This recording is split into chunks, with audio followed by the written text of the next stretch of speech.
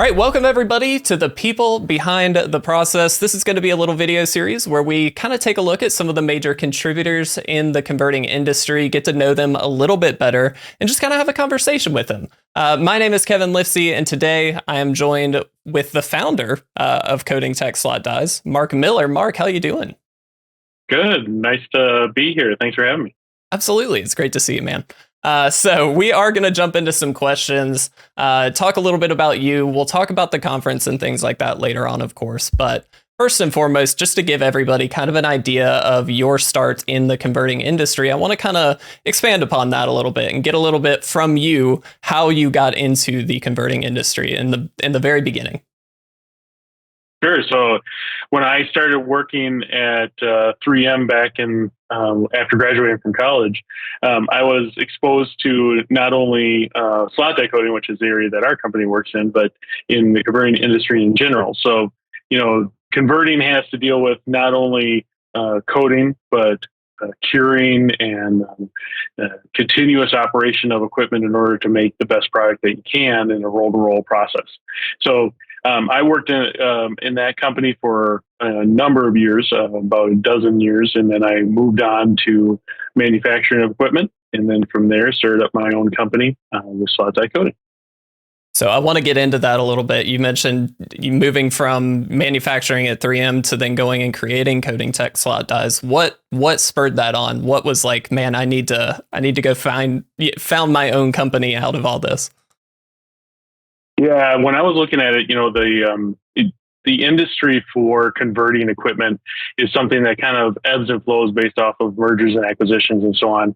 And I was working at a company that manufactured slot dies, and I actually missed the process engineering side that I had been working on at 3M. So I actually founded a consulting company. And when I was doing the consulting and doing the independent work of helping people develop their own process for a new product, that's always been exciting to me. And it's actually part of the foundation of our manufacturing company. We don't just want to concentrate on manufacturing a piece of equipment to create a product, but we want to be a process development partner for our clients. And so we are fundamentally a manufacturing of slot dies, but we also do consulting and education. And it was just something that grew over time. So when I started consulting, I was approached by somebody and we said together, hey, the number of slot die manufacturing companies in the world is shrinking. I think we have a spot. And so we looked at it and said, yeah, let's go for it. Nice. Awesome.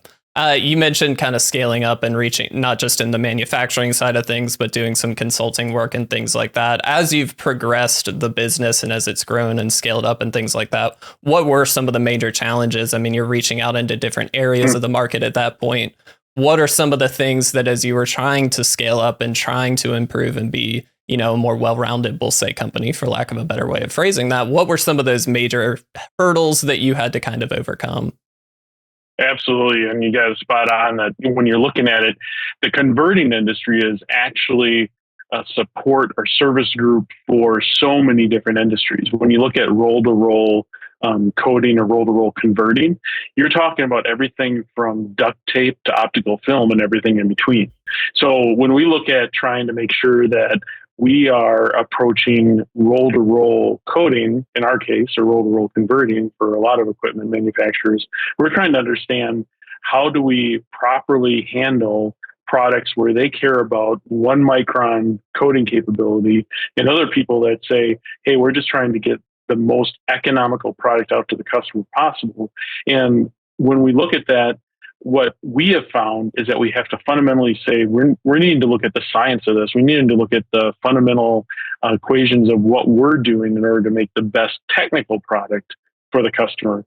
And then when we get that done, then it's looking at, okay, how do we do this most economically to develop the product or the equipment for the people to do what they're doing. So when you talk about hurdles, we need to make sure that we're concentrating on basically chemical engineering, we're concentrating on mechanical engineering, we're concentrating on machining capability, and then everything that comes with a business too. You're trying to figure out how do you hire people? How do you get things in place? How do you get things going? So there's never a day without a hurdle. But ultimately, I think for us, it's making sure we balance what we want to provide with what our customer needs are.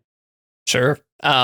You mentioned sort of the business end of things. Obviously, you got your start on the engineering side of things. So just as kind of a one-off question, was that business side a little trickier to learn in your opinion, or was the engineering kind of diving deeper into that side of things the more difficult kind of challenge? Oh, no. I mean, absolutely doing the engineering is something that becomes second nature after doing it for more than 20 years, right? It's just, it's what you can naturally do. And it's the other parts that you need to potentially, maybe hire somebody to teach you or figure it out the hard way. Hopefully not. But, what we want to do is we want to get to the point where you understand where you should be putting people in place to support you and where you should be concentrating your efforts. And, obviously the engineering side of it is what's fun and what's interesting. And so you just, hire the right people to make sure that the business keeps moving forward. Sure. No, that's great.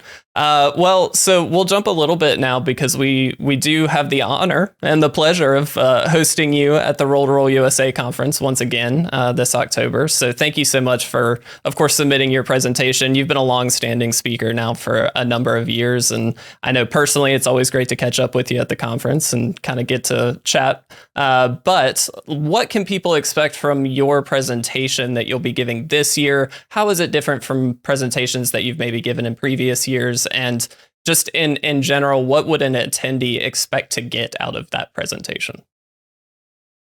Well, when we look at the presentations that we've done in the past, what we always try to do is to provide some technical content that people can walk away from and say, yes, we have learned something that we can implement the moment we get back to our place of business. And that's not going to change. We're going to want to provide information that people can take and utilize regardless of the industry that they're in.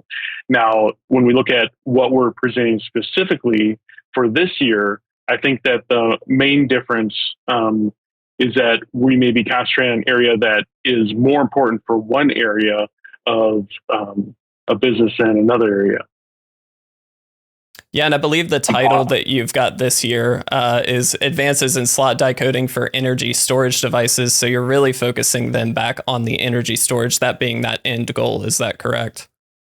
Right. I mean, that area of the of business has grown so much over the last couple of years that we felt like it was important to make sure that we understand, hey, this is an industry that's growing. It's probably going to be diverting some resources from what might be areas like packaging in the past or optical film or adhesive coating or whatever, but the same fundamental principles apply, right? And we can learn something. When we have one industry really moving forward, like the energy storage one, you're going to be looking at things like intermittent coating and lane coating and simultaneous dual-sided coating. They're trying to sprint before they've even learned to walk. And so there's a lot that, one industry is learning and developing that can be applied to other industries. Sure. Fantastic. Well, as a longstanding attendee / speaker of the R2R USA Conference, I do kind of want to dig into that just a little bit and get some of the key, I'll say, benefits and maybe even areas where you feel there could be improvement or something like that. But starting with the benefits of you speaking at these conferences and looking at it from that lens, what do you see? Has this generated business for you? Is this just a nice networking opportunity? What are those key areas that stand out to you and the reason you keep coming back as a speaker? Yeah, and whether you're an attendee or a speaker, it is huge in this industry to network. It's so not being able to be in person in the past is a potential issue. And what we want to do now is to make sure that we're connecting with other people across industries, because you're making those connections not only for business reasons, but for personal growth reasons. I mean, you may meet somebody that you can bounce ideas off of and develop a network so that, hey, when I want to work in this area, I have this equipment supply company or this consultant or this individual who can take me from where I am now to where I want to go in my career. Because unfortunately, there isn't like a degree in the converting industry. There's a collection of people who know the details behind web handling and intention control or drying models or coding. And you need to find out who those people are, who you can trust and who you can work with in order to move your process, product, or personal growth forward. Yeah. That's fantastic. Now, are there any areas of the Roll to Roll conference, or maybe even as just to land back on the association side of things, are there other areas that you wish maybe were a little bit stronger, or things that you're looking for that you haven't quite found at the Roll to Roll USA conference, or indeed any of the association benefits? Yeah, when you look at the different things that are provided, I think there's always value, and it's kind of like teaching. When you look at someone who's teaching, they're realizing, hey, somebody's going to learn through hands-on, someone's going to learn through a lecture, and while other people are going to learn through interactions. And so I think always the issue with an educational platform or an association or what you're providing is who needs what and how are they going to access it. So honestly, I think what the Roll to Roll Association is probably having difficulty doing is keeping up with all the needs and all the different platforms that people may want it. One group may want to look at webinars and attend and be able to ask questions, while another group may want to have more of a source book reference and an ability to search that better. So I think that a lot of the pieces, if not all the pieces, are there. It's just growing those, expanding those, and making people aware of them. Sure. Well, I'll tell you what, I want to end this because this is kind of talking about the people behind the process and really focusing on the needs of the people, and ideally talking more about, your background as a contributor to the converting industry.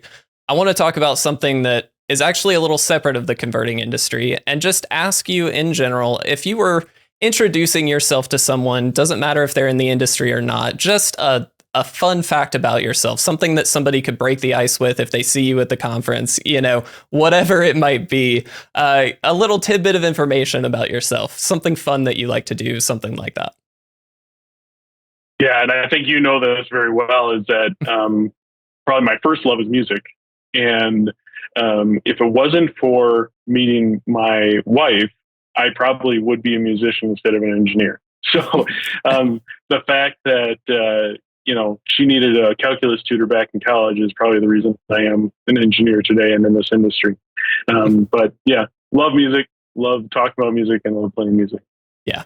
No, I thought you might say that. I wasn't sure, but I thought you might say that. No, yeah. Well, Mark, thank you so much. I really do appreciate you taking some time to sit down and talk with me about this. And I hope that everybody gets a sense of, Mark's what he has contributed to the industry, how he got here, and that kind of thing. I do want to encourage anybody, if you're interested in the presentation that Mark will be giving at the Roll to Roll conference, that will be in Milwaukee, Wisconsin from October 2nd to 5th. We'd be very, very happy to have you. More than welcome to join us there. Hopefully have a chance to sit down with Mark, talk about music, engineering, all kinds of fun stuff. So again, Mark, thank you so much. I really do appreciate it. Yeah, looking forward to seeing you in Milwaukee. Absolutely.